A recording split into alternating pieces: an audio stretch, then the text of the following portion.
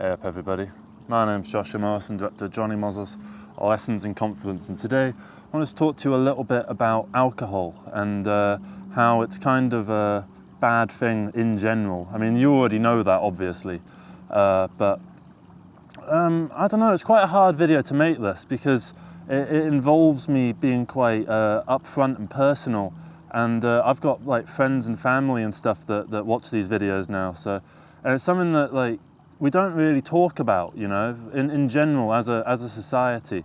I mean, we pretend like we talk about it and we pretend like we care, but I don't think we actually do. And what I wanted to talk about is drinking. Specifically, I wanted to talk a little bit about home drinking, solo drinking, just drinking on your own, and not drinking for any particular purpose, not drinking for, you know, the sake of living a fulfilling life, but just drinking just to feel.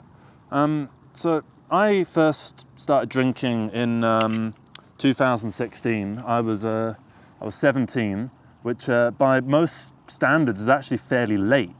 You know, a lot of these sort of stories that you hear from people started at like 12, 13, 14.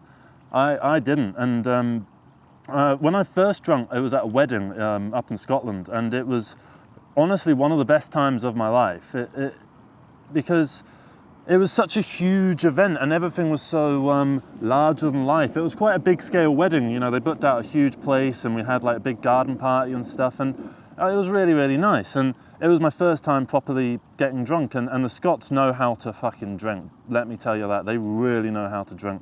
I must have had, honestly, something like the equivalent of about 13 pints, and it was like my second or third time ever getting drunk, right?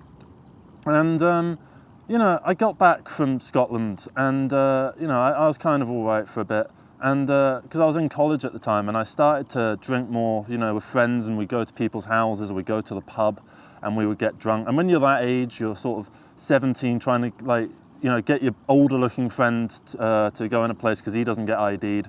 You know, you go in just trying to get drunk with other people, and that's the aim of the night, is to get as wasted as possible. So, you know, we used to do stuff like who can down a beer the fastest, right? And we would do all sorts of stuff like that, and it was also normal. And, you know, I occasionally would get a drink for myself, you know, just to have at home as a nice little evening treat.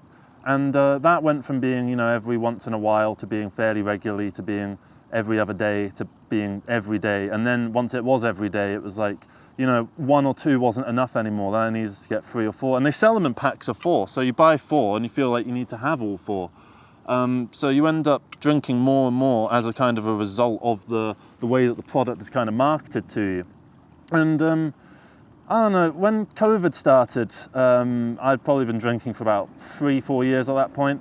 And, you know, because you're so isolated from everyone around you, you're sort of not going out as much, you're not seeing friends as much. You just start drinking more on your own, and it became a thing where I was just drinking just to drink, really. You know, I'd get like a 4-pack and I would sit down in front of the computer and I would watch like Peep Show or The Simpsons or just some bullshit, you know, and I feel like I would drink so that I would find what I was watching more funny, or I would like drink so that I could listen to the music more intensely and get more of some kind of visceral reaction from it, because what alcohol does is it makes you feel like more open, and like the feelings are all more real, right?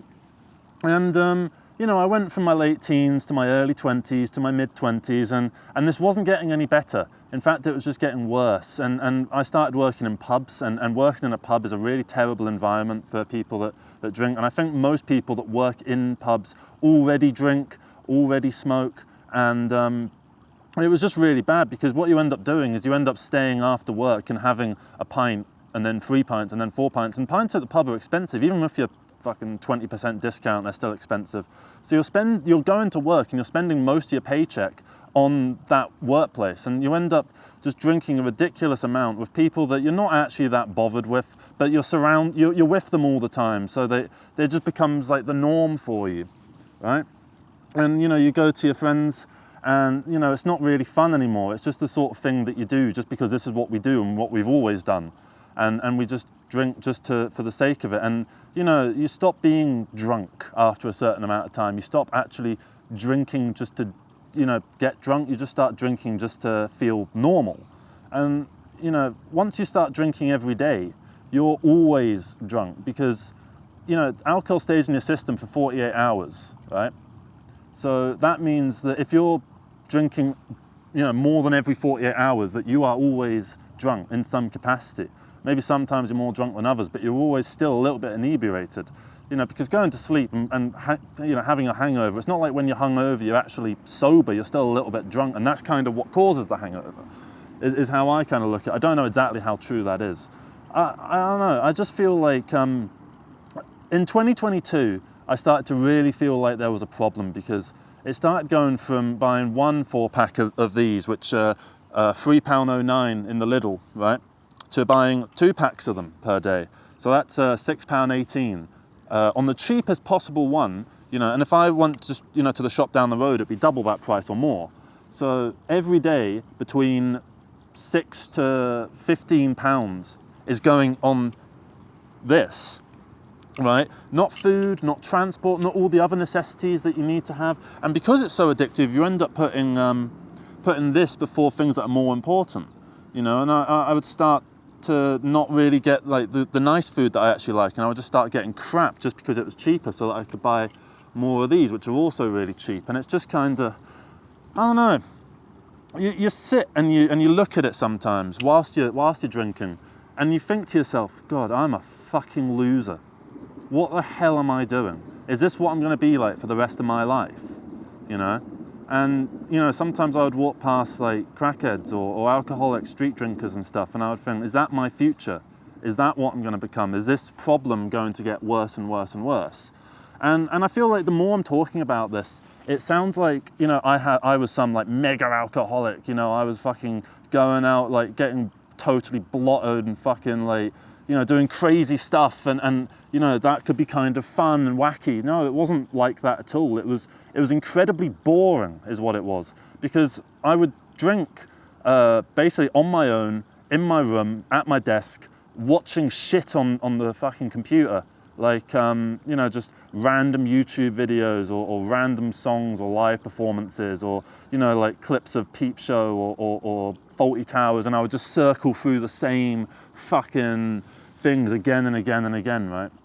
And I started to really feel like there was an issue. And every time I would get drunk, I would feel really guilty. I say get drunk, I didn't feel any different really. I just felt normal, like it was an impulse that you have to do. And I started to feel like I need to quit. And I would say that every single day, and I'd wake up every single day like, I'm going to quit today.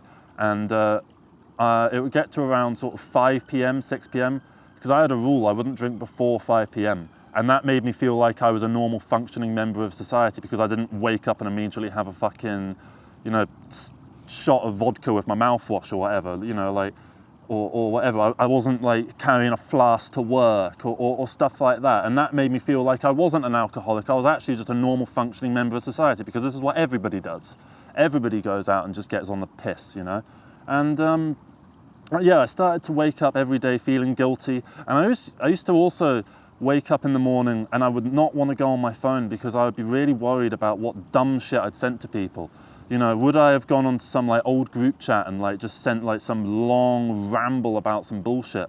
Would I have like, you know, there was a couple times when I went through old like chats in the morning from the night before, and I would see like, oh God, I've really revealed some like really personal stuff that I shouldn't have revealed. And like, there was a couple times when like, you know, I'm just basically just like sad posting to someone else, and I'm putting them in the position where they need to try and comfort me, and it's not fair on them, you know. And I would feel incredibly guilty over it, and yeah, I would keep drinking and I would keep doing it, and I would keep questioning, why am I doing this, and why do I feel like I'm imprisoned by it? Why do I feel like I can't escape even if I want to, despite the fact that I seem to be so conscious of the fact that this is so bad for me?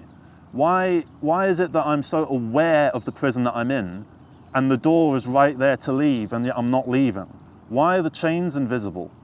And are the chains even really there, or are they just imaginary? And, you know, I would dream about being sober. I would really, like, I loved the idea of being sober, but at the same time, you go out to the pub or whatever, and you see, like, the sober guy right, who's just drinking fucking water or whatever, you know, and you just feel like maybe they're a bit boring. I remember like it was a really nasty thing I would do, and not like I did to people, but it was just a thought, like a nasty thought that I would have about people. If someone quit drinking, you know, I'd be like, oh wow, good for you, man, but deep down I would kind of think, oh god, they're boring now, great, you know, another one gone that I can't drink with, or whatever, you know. And you know, I would never say it to them. I would just sort of think it. And I was really worried that if I quit drinking, that I would become this boring sort of person that doesn't matter, that doesn't, you know, that like I would become like an English teacher or some shit like that, you know, that doesn't have anything of worth to say. That is just this, I don't know. You know how these people like talk about others like they're NPCs? I was worried I would become an NPC in that sort of way, like a non-player character, because I'm the main character after all, because I'm so fucking interesting, because I drink 7 pints a day, you know, and it's not like I would think like differently of like myself if I was to quit. I would just sort of dream of this idea, you know, that like everything would be the same and yet I wouldn't drink.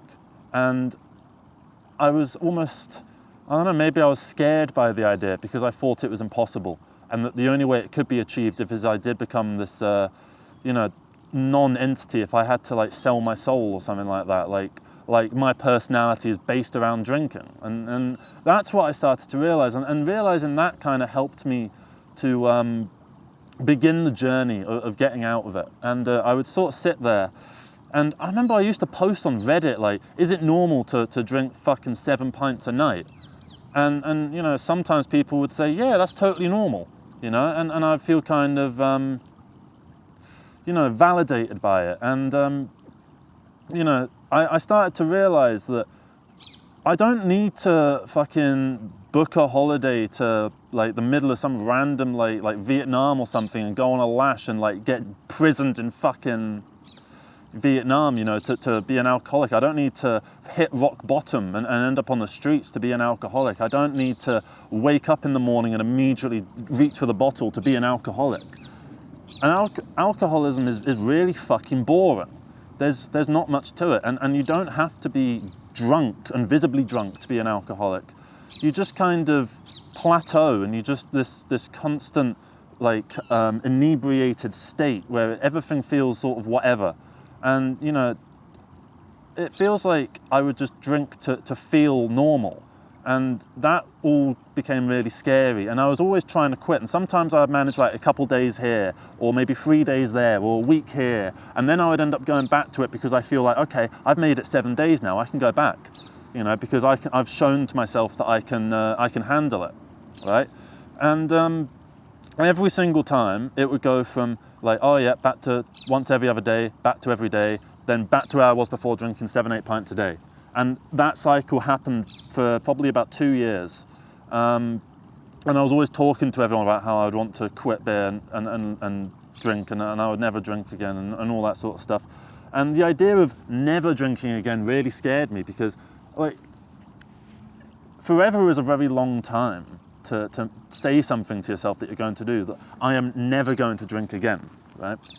And I quit drinking. I don't actually, that's another thing. I was always chasing the dragon in a sense. You know how they say like, oh, it's pointless to chase the dragon. I was always chasing it, and sometimes I would catch the dragon, and I would see it as like, oh, I need to have that final mad night to remember. You know, I need to have that final night that is just mental, brilliant, that gives me the feeling that I had all those years ago when I was young and innocent, you know.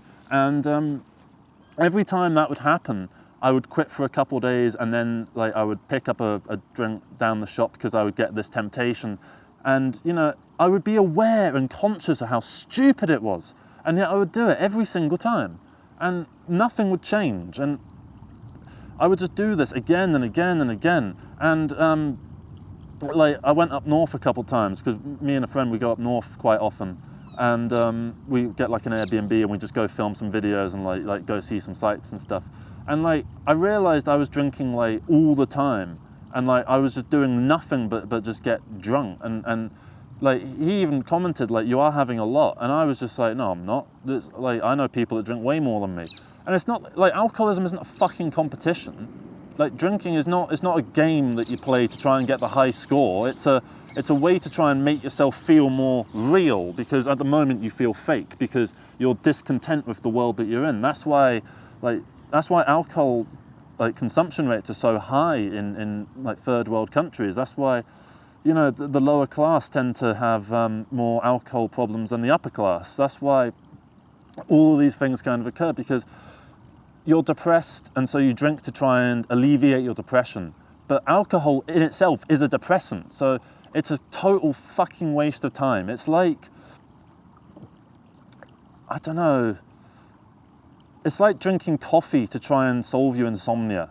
You know, it doesn't make any sense. But to you in that moment, while you're in that state of needing and being dependent on this thing, you feel like you need it. You feel like you need this to feel normal. And I would look at it and I would pour it in a glass. I wouldn't drink out of a can. I would get a glass and I'd pour it in the glass like I was at the pub, and I would just sit and drink at the desk. And then I wouldn't finish the last bit probably, because I would feel like almost sick, you know, and sometimes I would actually force myself to be sick just to try and make that feeling go away. And I was always waking up fucking like I need to be like vomit, right? And sometimes there'd be like that much left in a can, and it would fucking reek, and I'd smell it and I'd go, oh. And when I finally quit, I don't actually remember the day that I quit, but I remember what I did. I woke up and there was a glass that was quite full, actually. I had probably that much in it, right? And it was completely flat, apple juice looking beer at that point. And I took a whiff of it. I went, oh God, and I picked it up to go take it and chuck it down the sink. And then I thought, hang on, nah, I'm gonna leave it there as a reminder of how much it stinks and how much it's fucking wretched. And throughout that day, I got the usual little craving. And when I had that craving, which I got like, you know, every time like my active thought process would stop and you go back to the neutral state, and then I would crave this, right? I would take a whiff of it and it would immediately get rid of that feeling and that craving. And so I kept it there for like 2 weeks. It started to go fucking moldy. And I only threw it out because someone pointed out that it might actually, like, spores might actually release and actually like fuck me up and make me ill. That's the only reason I got rid of it. It might even still be there today, to be honest.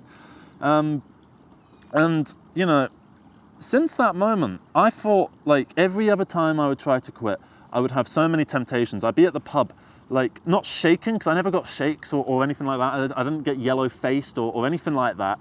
I was just like, God, I would love a drink. Like, this night is so fucking boring. I just, you know, look at all these fucking people having fun.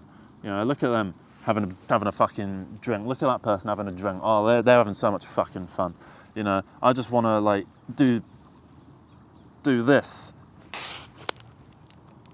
you know, and just have a drink. But Jesus Christ, it fucking reeks, this stuff. I really can't stand the smell of beer. In fact, I want to get rid of that now because it genuinely makes me feel ill. Like, you know, and it's not that I judge other people for drinking in any capacity. Like, it's a personal choice. Some people have their own journey to make if they decide for themselves that they have a problem and that they want to quit. It's up to you to decide if you have a problem, and if you do have a problem, then, you know, try and take the steps to get rid of it. And if you're worried about your drinking, then you're probably an alcoholic, even if you're not, like, drinking as much as someone else who isn't worried about their drinking, because it's the concern that I think makes it, because it debilitates you. And since I quit drinking about 7 months ago, I've not really had many cravings at all. I went on one date where I felt like maybe I should just drink so that way I'm drinking, because if she drinks, I'll have to drink, because, like, what if it, like, gets, like, you know, back to my place or whatever, and I'm sober and she's not, you know? So I thought I'll just drink just so that we're both drunk, sort of thing. But it turned out she didn't drink anyway, so that was quite a fucking lucky thing, because if it weren't for the fact that she didn't drink, maybe I would have relapsed, and maybe I would have just started drinking this shit again. And I think if I was drinking, I wouldn't be able to make these videos. And I think the fact that I was drinking is what makes so much of my old content utterly unwatchable to me, because so many of the ideas I got from it were just because I thought I was so fucking funny. I thought I was so intelligent and so creative because I had these mad ideas when I was drunk, and I thought that that made me a better person than everybody else because I got inebriated and the inebriation gave me inspiration, and I thought that it was a dichotomy of that, right? But since I started drinking these, right, they taste exactly the same. They taste exactly the same. And this stuff, genuinely, that's what I think of it now. Like, it is honestly the most vile, wretched, fucking disgusting shit ever.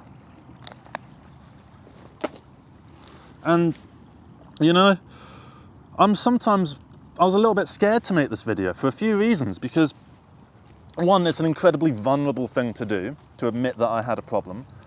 Two, it's an incredibly vulnerable thing to portray to, say, like an audience, one that's very large, and as is. I mean, there's like 7,500 subscribers and there's like 2,000 returning viewers.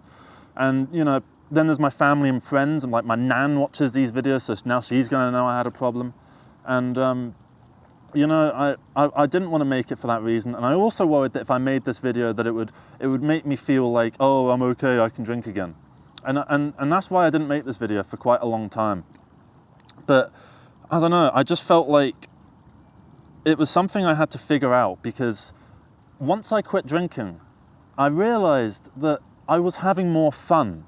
I realized that I was enjoying life more, and I realized that everything felt so much more beautiful and colourful and ecstatic. And, you know, and the days, I didn't feel like I just wanted the days to end. I didn't feel like I wanted to just dive into my phone and forget about the world. I didn't wake up in the morning feeling shame because of some possible text I might have sent to someone that was embarrassing.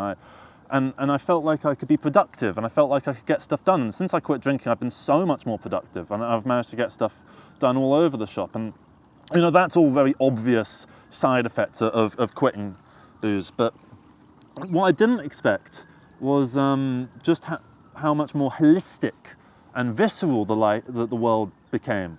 I felt like I was always sober when I was drinking, but now that I'm sober, I feel like I'm always what I was trying to achieve when I was drinking, if that makes sense. I feel the world in a very satisfying way that some may only be able to get through inebriation.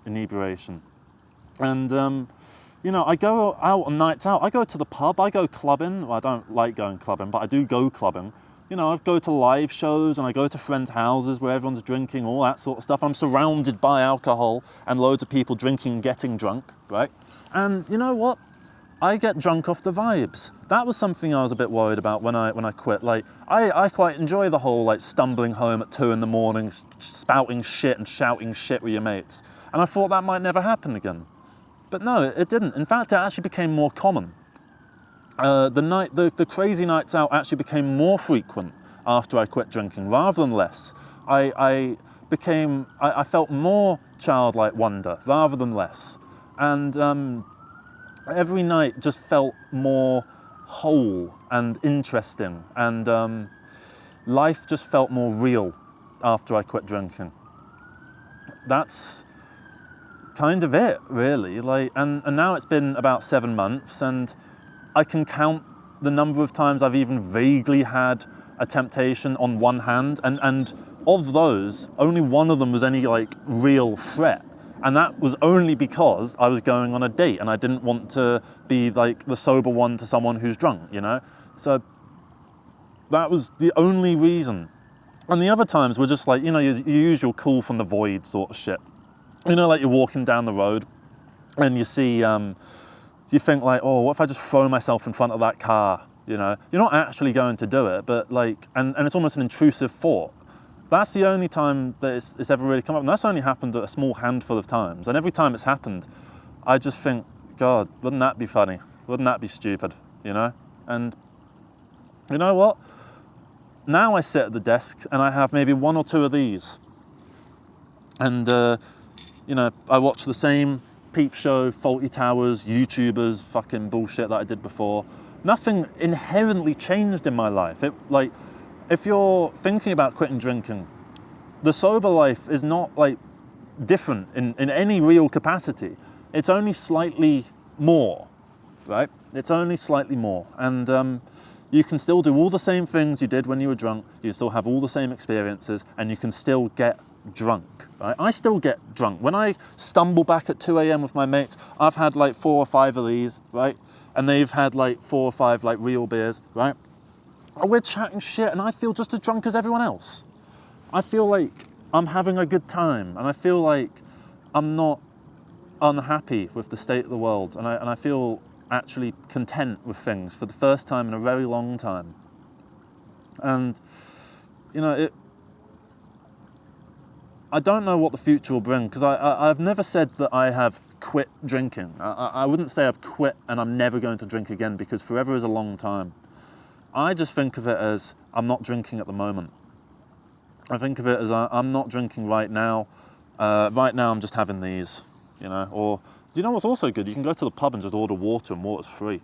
I went out yesterday, and I got the bus, and sometimes like the Oyster card thing, like the light is usually green. This time it was red, and the guy just like waved me on. I went to the pub, got free waters, got the bus back. The whole night out cost £1.70, or whatever a bus costs, something like that.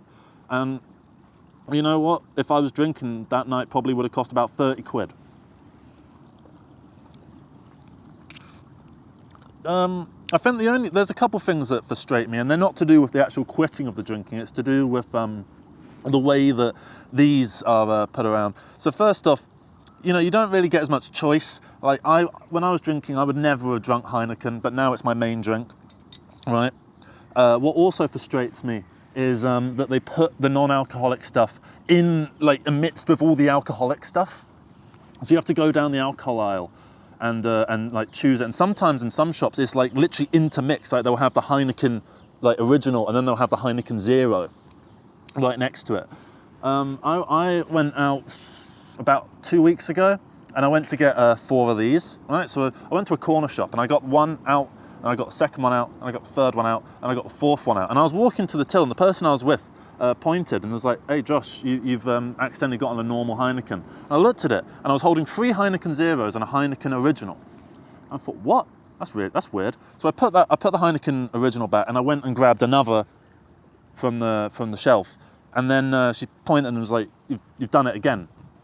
And it was like they've stacked it in that sort of way that it, you know, that could have been an accidental like thing there. And that really frustrates me. Also, what frustrates me is sometimes, like, after the pub shut and you want to get a couple like cans with your mates or whatever, like they get nice refrigerated ones, and mine are in the fucking like dry shelf next to it where it's not refrigerated. So they get nice cold beers and I get a warm one. That frustrates me. Also, what frustrates me, and I know it's not really like, because it's the cost, because these aren't like significantly cheaper than alcoholic beers. In fact, I'm kind of paying more for these than I was paying for that fucking Perlenbacher shit that I was getting. Like 4 of them is £3.09 for 500 millilitres. This is £4.50 for 330 millilitres. So I'm getting less, but at the same time, I drink less of them because I'm not compulsively getting them. I'm not going to the fridge and getting fucking like a whole 4-pack just so that I can get all of them, because I know I'm going to drink them in that amount of time, so I don't have to keep going back and forth to the fridge. You know, like a 4-pack of this will last me like 3 days. A 4-pack of that would last me like 6 hours. And so there's a couple little frustrations there, but they're to do with the logistics of the supply chain, I suppose. And I feel like I don't really have any words to anyone that would that is looking at this, trying to quit, or maybe they're looking at this and just sort of going, "Oh, shut the fuck up! You think you've got a problem or whatever?" Like, look at me, I'm way worse. And it's like this isn't a competition, right? It's not about who can be the most fucked up, and it's just about trying to make yourself as happy as possible. And for me, quitting drinking really made me a lot happier, and it made life feel like it actually begun. And for the first time possibly in my entire life, I look forward to the future. Yeah, I don't know. It's a hard video to make really, because I was gonna like throughout the video I was gonna like throw fucking stones into the river, but I forgot because I got so into this. I don't know. I don't even know how long this one is. I just know that it's a hard topic to cover because it's quite a sensitive topic, and you know, if you're watching this, you feel like, I don't know, maybe you're drinking, but maybe you feel like, that's another thing I was worried about doing in this video. I don't want to feel like I'm judging other people that do drink, that make the choice to drink. This isn't a video to judge others for their decision. It's a video to sort of maybe help people that are earlier on in the journey that I was on, to maybe make that step, to show them that it can be done, that it is possible, and that once it happens, it can be easier than it actually looks, and it can be more satisfying than it can actually look. And it's not like you need to give up fun to give up drinking. In fact, it's the other way around. I think that's going to be the video, because yeah, this is fucking depressing. So thank you very much for watching, everybody. Hope you managed to get something out of this. I really hope you managed to get something out of this. Please leave your life story in the comments below. I'm not going to respond to like all of them, or probably even most of them, but I'd love to see what's going on, and get some discussion going on in the comments, and just, let's try and help each other out. Maybe if a couple people can meet in this comment section and just like enjoy just commenting back and forth to one another, like almost like pen pals, that would just, that would make my fucking like year, to be honest. So yeah, I'm gonna finish this up, and I've got a couple other videos to shoot, and then yeah, thank you very much for watching this one. I really mean that, for watching this all the way to the end. Like, how long is this? I'm really hoping that the shot is okay as well. Jesus Christ, it's long. Yeah, fuck it, whatever. There was a robin that kept sitting on the camera, and the camera is literally, it's on like a muddy slope, and it's propped up by my jacket, and a pebble, and the lens cap, and a twig. And I managed to somehow like MacGyver something out of that. I'm surprised it's managed to hold this long, and like honestly, I spent quite a long time trying to set the shot, because I really wanted to do it here, because this isn't like one of the first places I drunk, but me and my friends used to sometimes come down here, and we would like sit around this little area. Sometimes not the tide, but like the pebbles go out further than this sometimes, and like we get some beach chairs down, and like bring like a crate of beers and that, and just like drink, listen to some music. Someone bring like a portable speaker, take suggestions and stuff.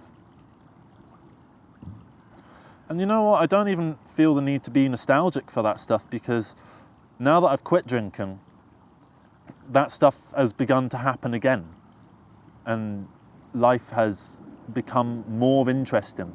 I always felt like I would never be able to get what I had, and now I don't even want what I had, because it's nothing compared to this. Yeah.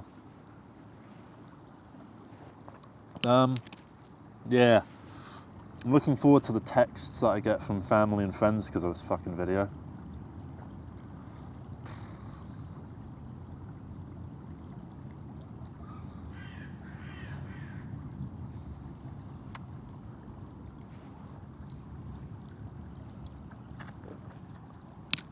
Oh.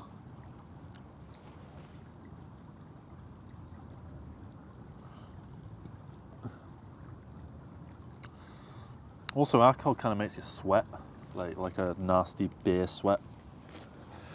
Ugh. Ugh. God. Oh. Jesus. By the way, sorry for the depressing one.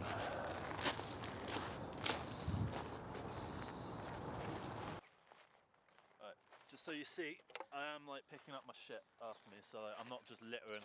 So you see, there's that little cap as well. There's a bin somewhere up there, so I'm going to chuck it in that. Hey up everybody, my name's Joshua Morrison, director of Jonny Mozza's Lessons and Confidence. Today I want to talk to you a little bit about New Year's, because New Year's is coming up quite soon, and you've probably got some little resolutions you want to do. Maybe you want to stop smoking, maybe you want to start going to the gym, maybe you want to eat healthier, go on a diet, maybe you want to see your friends and family more, like give more time to your kids or whatever, right? And you know, you're waiting for the 1st of January for your life to change. Why can't you change your life now? You obviously want to if you've set the resolution, so I don't see why you can't just do it now. Like obviously there's some kind of merit to the idea of, you know, it's a new chapter, the new year is coming, so you want to use the fact that it's a new chapter to be a new you. And I get that, and I've done like plenty of times like a New Year's resolution, but what ends up happening is you start maybe the first day, maybe you do all right the second day, the third day you start to get a bit sick of it, then the fourth day you're like, oh, okay, give up, right? If you're going to the gym, you'll be lucky if you manage to go for 2 weeks, right? If you're trying to stop smoking, you'll be puffing again by like, you know, Thursday, right? Just start now, because if you want to stop these bad habits, or if you want to start these good habits, why are you waiting for it?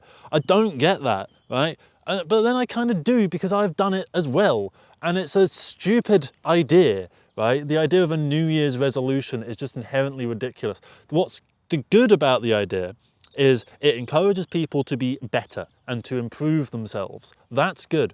But what's stupid is the idea that we need to wait for a specific day.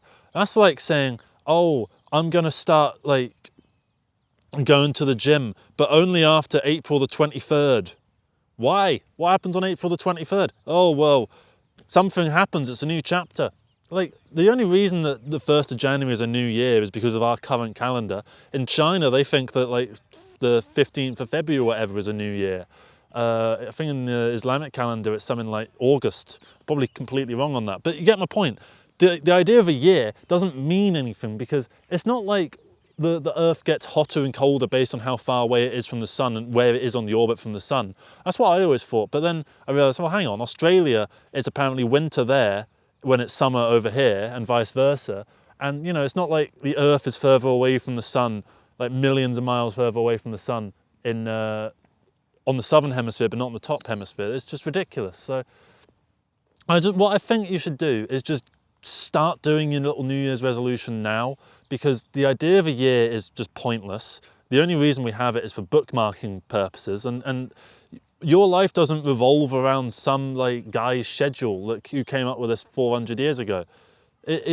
And that's only based off of an adjustment to the Julian calendar, which is like 2,000 years old or something like that. And the only reason they did the little change is because the idea of a year and documenting the year isn't like inherently natural. That's why we have to come up with like a new like leap years, and that's why like on centuries, each century it isn't a leap year. But if it's a century that like can be divided by 4, then it can be a leap year. It's ridiculous. We've got so many little things here to try and work this out. So the idea of a year itself isn't inherently natural. So stop trying to adjust your body clock to this unnatural thing, and just start doing the thing that you want to do, that you know will be good for you. Just start doing it now. I don't see why you can't. Why can't you start like, you know, going to the gym now? If anything, start going now. You'll beat all the people, the crowds that will come in on the 1st of January. Don't go to the gym on the 1st of January. It's a nightmare, right? Don't quit smoking on the 1st of January. Quit smoking now on the 28th of December. Just do it. I don't really understand why you can't just do that now, rather than just, you know, instead of having to wait. Because say you fuck up, right? Say you get to the 5th of January and you're trying to quit smoking, and then you smoke again. Wait, well, I guess 350 days of being a smoking addict until I can quit smoking again. No, just because you've had one thing happen to you, it doesn't mean that, you know, you have to just give up forever. It's the same thing with all these sort of addictions that you try and break. Your brain kind of forces you to sort of go, it manipulates you into going, oh, well, I fucked up once, so I might as well just fuck up entirely. You know, it's the same sort of thing of like, I can't help like the entire universe. I can't solve every problem in the world, so why should I sort this one problem out over here? Why should people bother? That same attitude, you know, that people have that attitude, particularly like I've seen it with like, I don't know, vegan stuff. It's like, well, you know, we can't we can't end every problem. You know, there's still people starving in the world. And it's like, well, hang on. What, we need to solve every issue in the world, or we just don't bother solving any of them. It's the same attitude that people with addictions have. And I find that really weird, right? And I know now the comment section is going to be full of vegan shit and like people debating about vegan stuff. And it's like, stop, don't. I'll make a video about that and you can do your little debates in that video, okay? Right? That fair enough for you, right? Because this video is about New Year's resolutions. So what I want you to do, if you are going to leave a comment about what resolution you are going to have. What kind of thing do you plan on doing in the new year? And why are you having to wait for the new year for that to happen? Is it because you like having a drink now and you want to keep having like Chardonnay until that point when you've decided that you are no longer allowed it? Or is there some kind of underlying kind of like, oh, but I don't want to really quit. So like if you're putting it off, then you don't actually want to do this thing. If you don't actually want to do this thing, you're going to fail. Same way someone who doesn't want to run a marathon can't do it at gunpoint, because I suppose I could do it at gunpoint, but you get the point. They're not going to do a great job of it because they don't want to. They're not interested in it. They're not passionate about it. That's the same reason that like people who work a retail job don't do a particularly good job. That's why your customer service is crap, because they don't give a shit. They're not like, there's no incentive for them to actually care about the thing. They don't have some kind of love and deep passion about shelf stocking, I meant. You know, they don't have that. So it's that kind of thing. I know this video is a little bit rambling and a little bit all over the place, but I think the point I'm trying to make is that you should just, it's a very simple point, so I don't know why I have to keep reiterating it in various ways, but I feel like each time I reiterate it, maybe it will like sink into you a little bit more. Maybe the first few times you heard it, you were like, okay, whatever. But now you're like, oh, maybe he's on something. Or maybe you've clicked off the video by now, I don't know. But whatever, I'm just trying to encourage you to just start now. You know, you don't have to quit smoking tomorrow. You can quit smoking now. But I know you want to have a fag. Like, you know, this evening. I know you want to keep your little ritual going, you know. I know you want to quit drinking or you want to start going to the gym, but I know that you don't want to go to the gym today. You want to go to the gym in some mystical tomorrow that's never going to come, right? Because tomorrow is always tomorrow and today is always today. Even though I go to sleep and I wake up again, right, and 24 hours have passed, doesn't mean it's tomorrow, it's still today, right? Because tomorrow always means the day that's ahead of today, right? So just start today and don't wait for tomorrow, because tomorrow will never ever come, okay? That's important. So thank you very much for watching this video, everybody. Hope you managed to get something useful out of it. I know it's a little bit like repetitive, but you know, it's an important thing, I think. It's one where you need to be coerced into it a little bit, I think. Because once you start and you start doing it, you're gonna get something kind of killer out of it. Oh, yo, text me where you'll be in 30 minutes. Home. There we are. Sorry about that. Shouldn't be leaving text in the middle of that. Would be my New Year's resolution, to stop like texting people in the middle of these videos. Yeah, in general, thank you very much for watching these videos. And my New Year's resolution is to do one video a day, which is actually, like if you were like, I don't know, say drinking or smoking, whatever, it'd be like the equivalent of like, oh yeah, in the new year, I want to actually drink more. I want to smoke more in the new year. So basically my New Year's resolution is to be a little bit lazier, right? In general, which sounds really shit, but you know what? Like you're gonna, like there'll still be lots of videos and stuff. I'm still gonna upload daily, but yeah, this video is kind of a mess. It's a bit of a ramble, but I do hope that you start doing that New Year's resolution now, because if you do it now, you're more likely to do it like in the new year. So yeah, thank you very much for watching, everybody. Hope you have a good rest of the day, and take care. Bye-bye.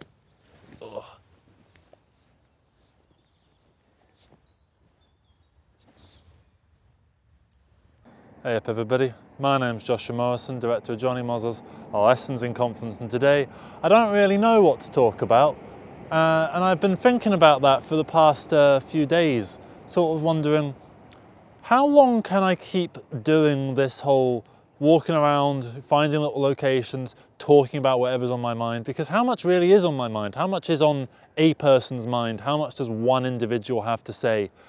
And I don't actually have the answer to that, because it sort of always seems like I'm coming to the end of the well, but then I get close to the end of the well, and then it's like the well just gets deeper, and then there's more to explore, and there's every time I do a video, there's then another way I can tackle that issue, or there's another thing that I can do to sort of sit here and go, oh, that could be kind of interesting if you handle it from this sort of angle. Or maybe I say something like off the cusp in one video and I want to expand on it in another, and then that video that's expanding on the first video, I come up with another thing and I expand on that in a third video, and so on and so forth. I think doing these videos has actually been incredibly useful in figuring out my own worldview, my own sense of self, and my own aims and ambitions in life, and figuring out just, you know, what the point of all this is. And it's not like I have some answers for you, by the way. I don't have any answers for you in this video. There's nothing for you in this video other than just general meandering, trying to figure things out as we go along.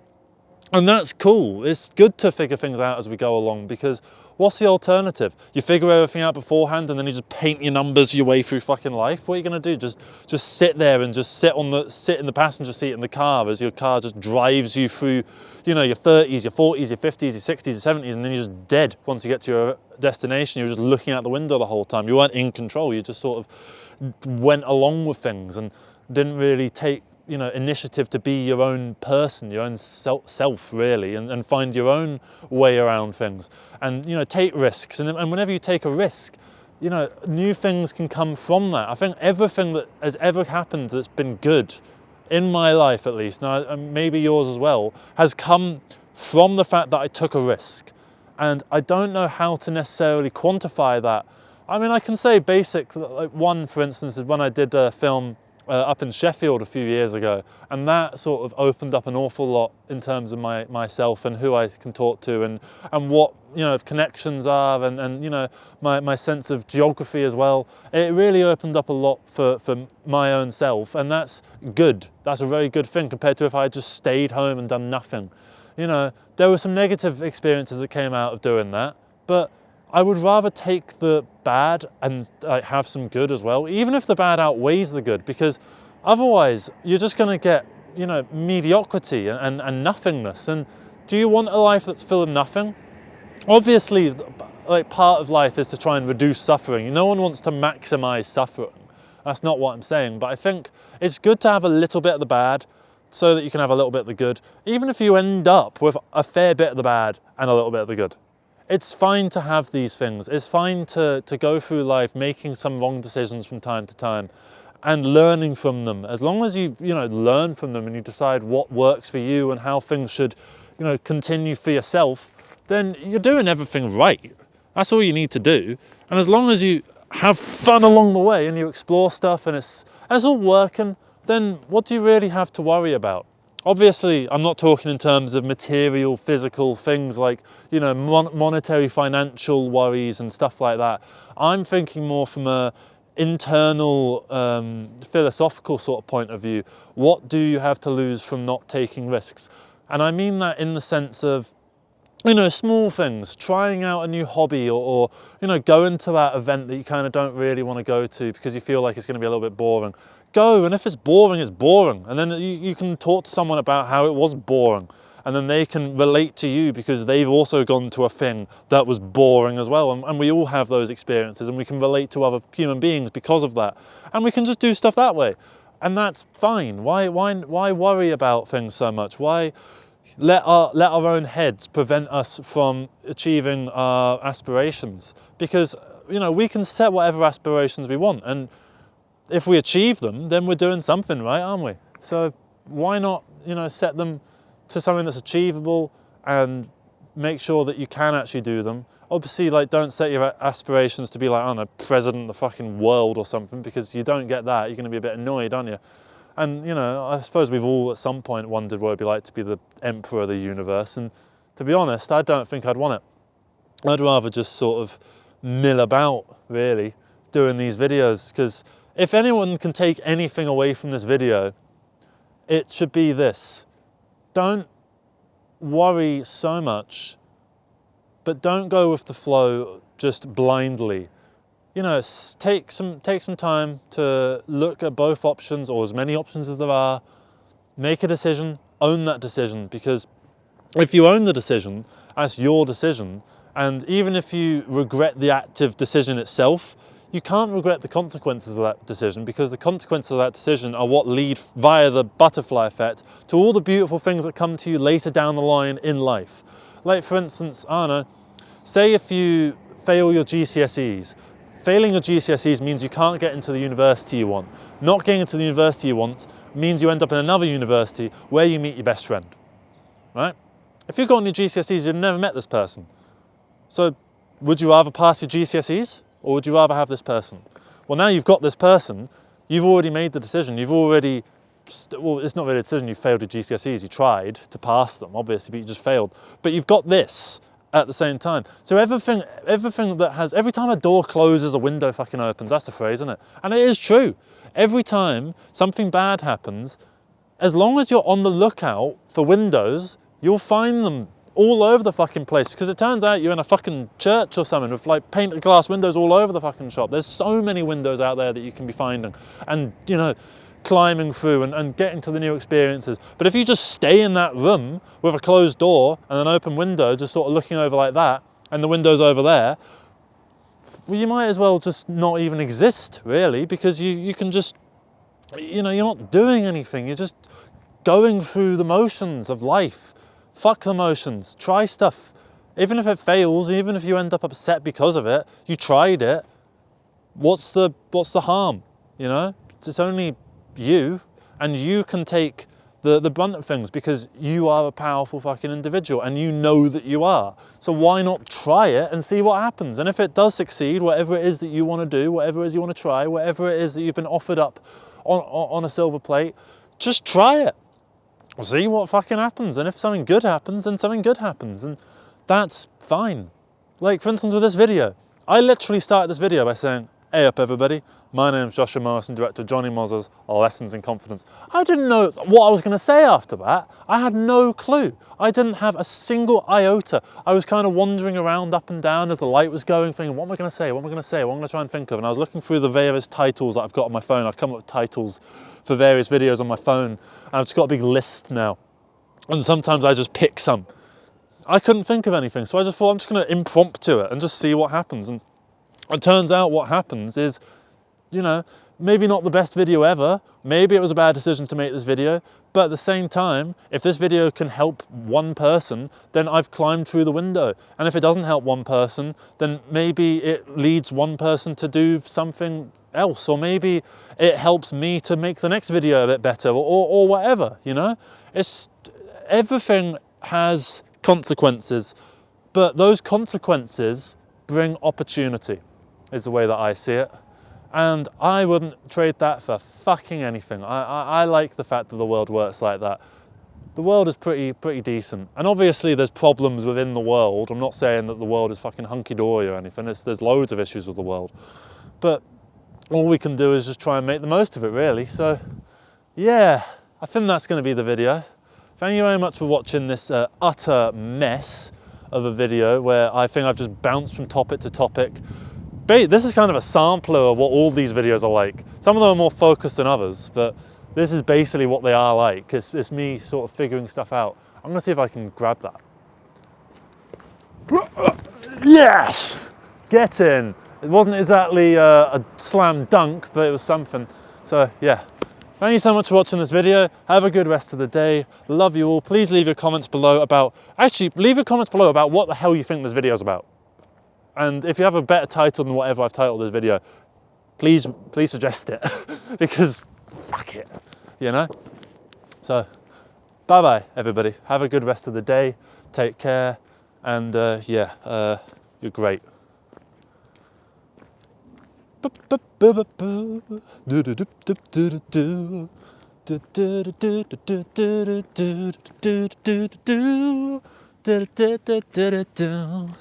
Yes, I am doobie-doing.